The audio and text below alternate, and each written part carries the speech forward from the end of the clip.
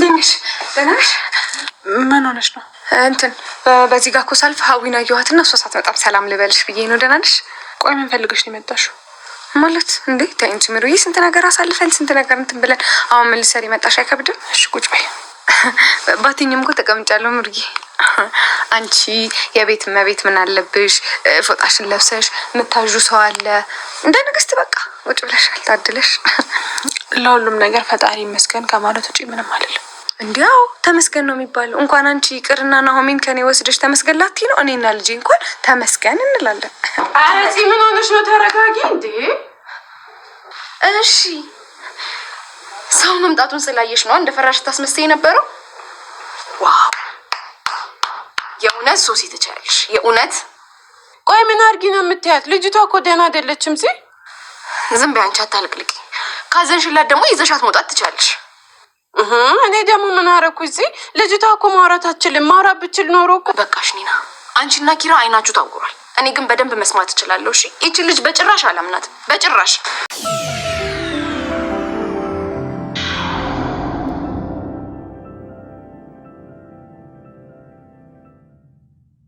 ጎቤው ያመቀውን ሚስጥር ለጓደኛው ነገረው። አሁን ላይ ሌናን በጣም ወዳትና አፈቅራታለሁኝ፣ ግን ደግሞ ለሰዎች እንደማልወዳትና እንደማላፈቅራት እየተናገርሁ ራሴን በዛ ውስጥ እየደበቅኩ ነው ይላል። ሀናን እየለመናት ይገኛል። በአንቺ ጉዳይ ድርጅቱ ከስሮብኛል፣ ያንቺ መብት እንዲነካ ባልፈልግም፣ ግን ደግሞ ድርጅቴ ስለከሰረብኝ ሰውየውን ይቅርታ እናድርግለት በማለት እንደ ጥያቄ አቅርቦላታል። ቀን ያየችውና የተመለከተችው ነገር አስፈሪ ቢሆንባትም ከመናገር ስለተቆጠበች ናሆም ሁሉንም ነገር ሊያውቅ አልቻለም። መተኛት ወደ መኝታ ቤቷ ጎራ ባለችበት ሰዓት ግን እንቅልፍ ሽልብ እንዳደረጋት በምናባ የሳለችውን በህልሟ ልትናገር ችላለች። እኔን በህልሟ ለመነቻት። እባክሽን ናሆምን አትውሰጂብኝ፣ ያለ ናሆም መኖር አልችልም በማለት ስትማጸናት ናሆማ ይሰማታል። ናሆማ ካንቺ ውጪ ወደ ውጪ የትም አልሄድም ብሏታል። ሰላም ጤና ይስጥልኝ አድማጭ ተመልካች የዩቲዩብ ቤተሰቦች እንደምናላችሁልኝ በያላችሁበት የዓለም ዳርቻ ሰላማችሁ ይብዛልኝ እያልኩ ለኔ ቻናል አዲስ ከሆናችሁ ቪዲዮ ላይክ ቻናሌን ደግሞ ሰብስክራይብ በማድረግ አበረታቱ እያልኩኝ ነባር ቤተሰቦች ደግሞ ስለምትሰጡ ሐሳብና አስተያየት ከልብ እያመሰገኑኝ እስከ ቪዲዮ ፍጻሜ አብራችሁን ቆዩ። ጎቤው ስሜት ውስጥ ስለነበረ ራሱን መቆጣጠር ከብዶታል። ሌናን ከልቡ እንዳላወጣትና እንደሚያፈቅራት ብቻ ግን ለሰው ባይናገርም ራሱ በደንብ ያሳብቅበት ነበር። ሌና ጉዳይ ብዙ አስቦ አንሰላስሎ ወርዶ ከጨረሰ በኋላ ወደ ናቲም ሂዶ ነበር። በሩን አንኳኩቶ በጭቬ ለመጉዳት ዝግጅቱን ጨርሶ ነበር። በሰዓቱ ግን በሩ ሊከፈትለት ስላልቻለ ተመልሶ መጥቷል።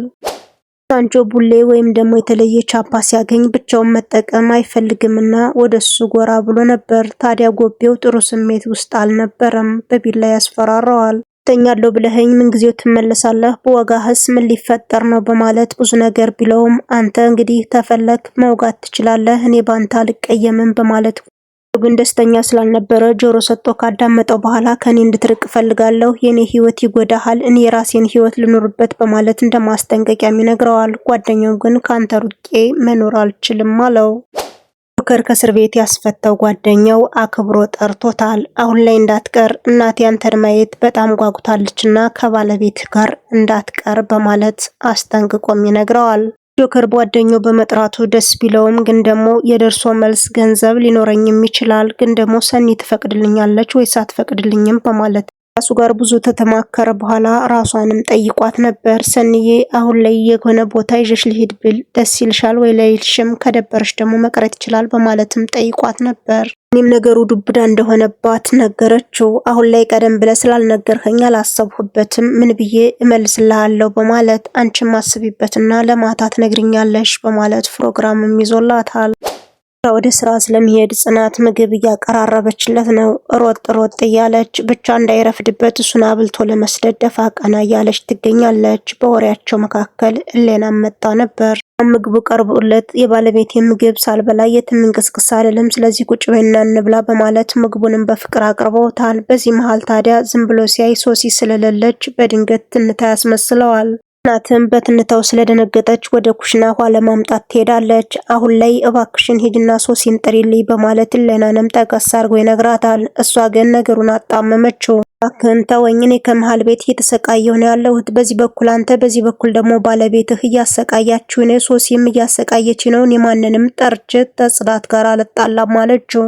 መካከል ጽናትም ውሃውን ይዛ ትመጣለች። ኪራ ግን ትን ብሎት ስላልነበረ ውሃውን ቅመስ አድርጎ ሲያኖረው ጽናት ለይታበታለች። እናም ምግቡን አልበላም በማለት ብዙ ጊዜ ተከራከረችው። እሱ እንደምንም አባብሎ ባለቤቱ እንድትበላ ያደርጋታል።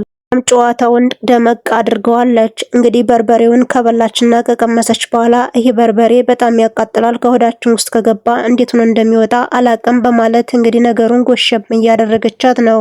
ጽናትም ነገሩ ዙሪያ ጥምጥም ስለሆነባት እባክሽን አፍሽን ዝጊ እንብላበት ብትላትም ሌና ግን ዝም አልልሽም ብላታለች። አሁን ሶሲን ብጣራት ይሻላል፣ ከዚህ በርበሬ መጣ ብትሳተፍ ነው የሚሻለው በማለት ሂዳም ትጣራታለች።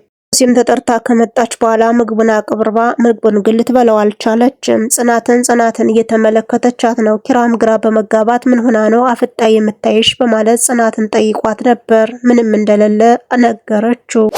እናም ስለ በርበሬው ጉዳይ እያወራች ትገኛለች። ጽናትም ክፉኛ ተናዳለች። ኪራም አትለፍልፊ፣ በቃ የያዝሽው ሚስጥር ካለ አዘው ያዥው በማለት በተበሳጭቶ ወደ ስራውም ይሄዳል።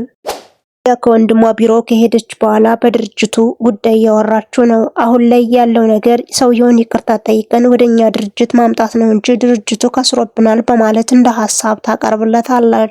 ሰውየው አሁን ላይ በሃና ጉዳይ የሚደራደር አይመስለኝም። እሷ እኮ አፈቅርሻለሁ ወድሻለሁ ከማለት አልፎ በሽጉጥ አስፈራርቷታል። ድጋሚ እንዴት ነው ወደኛ ህይወት የሚመጣው በማለት መልስላታል። እሷም ደግሞ ሃና ይቅርታ ተጠይቀውና ድጋሚ ወደ እሷ መሄድ ከሆነ እንተዋለው፣ ለአሁን ግን እንሞክረው በማለት እንደ ሀሳብ ታቀርብለታለች። እሱም በሀሳቧ ተስማምቷል። አንም ሄኖክንም ታስመጡ በኋላ ያለውን ነገር ግልጽና ግልብ አድርገው ሲያናግሯቸውም ነበር። በወሬያቸው መካከል ታዲያ ሄኖክ ኪራ ያለውን ነገር እስማማበታለሁ በማለት እንደ ሀሳብ ያቀርባል። ግን በእኔ ጉዳይ የሚመጣ ከሆነ አልደራደርም። አሁን ላይ በህይወቴ በሴትነቴ መደራደር አልፈልግም። ሰውየው ድጋሜ እኔ የሚል ከሆነ ይቀራል። አሁን ግን እናንተ ባላችሁት እስማማለሁ ብላቸዋለች። ለሌኒ መልካም ሰው ብትሆን ግን እሌኒ ግን አሁን ላይ እጄን አልሰጥም ብላለች። የወለድሁለት እኔ ነኝ፣ ባለቤቱ መሆን ያለብኝ እኔ ነኝ በማለት ሁሉ ነገር የኔ ማለትም ጀምራለች። ቷም ተመጣች በኋላ አንቺ ተዘማነሻል፣ ፎጣሽ ለብሰሽ ሰራተኛም ተቀጥሮልሻል፣ የቤት እመቤት እየሸተትሽ ነው በማለት በነገርም ጎሽማታለች። ሩም መናገር ያለባትን ከተናገረች በኋላ ጥላትም ወደ ጓዳ ትገባለች። በዚህ መሃል ታዲያ ናሆም ከተፍ ይላል። የሰራሽውና ያደረግሽውን ነገር ሁሉንም ነገር አውቄያለሁ በማለት በጆሮዋም ሹክ ብሏት ነበር። እኔም ከሷ ቤት ተንኮል አይጠፋምና እምሩን ስታያት እንደገና ገረሸባት። በጣሚውን ተጠቅማ አንተ እስካሁን ድረስ አንገት የመሳሙን አልተውህም ወይ? አንገት የምስመኝ ለምንድነው? በማለት ቃላቶችን ትቀይራቸዋለች። እምሩም ክፉኛ ተናደደች። ናሆምም ክፉኛ ተናደደ። ምን ለማለት ፈልገሽ ነው አላት። እሷም ነገሮችን ተቀየረች። በኋላ በቃ በኋላ እንደዋወላለን በማለት ሁለቱን ጥላቸው ትሄዳለች። እምሩ ግን ብርድ ልብሷን ይዛ ወደ ጓዳ ገባች እንጂ መጥፎ ቃላት መሰንዘር አልፈለገችም። ጽናት ሶሲ ልትፋታት አልቻለችም። ማስመሰሉ እንደቀጠልሽበት ስለሆነ አሁን ሰው ስለሌለ ምን አለበት ግልጽ አርገሽ ለኔ ብታወሪ በማለት አፋፏንም ስትላት ነበር። ሶሲ ግን ከመናገር ተቆጥባለች። ድና ክቡር የሆናችሁ የቻናሌ ቤተሰቦች እስከ ቪዲዮ ፍጻሜ አብራችሁ ስለነበራችሁ ከልቤ እያመሰገንኩኝ በሌላ ቪዲዮ እስከምንገናኝ መልካም ምሽት ይሆንላችሁ።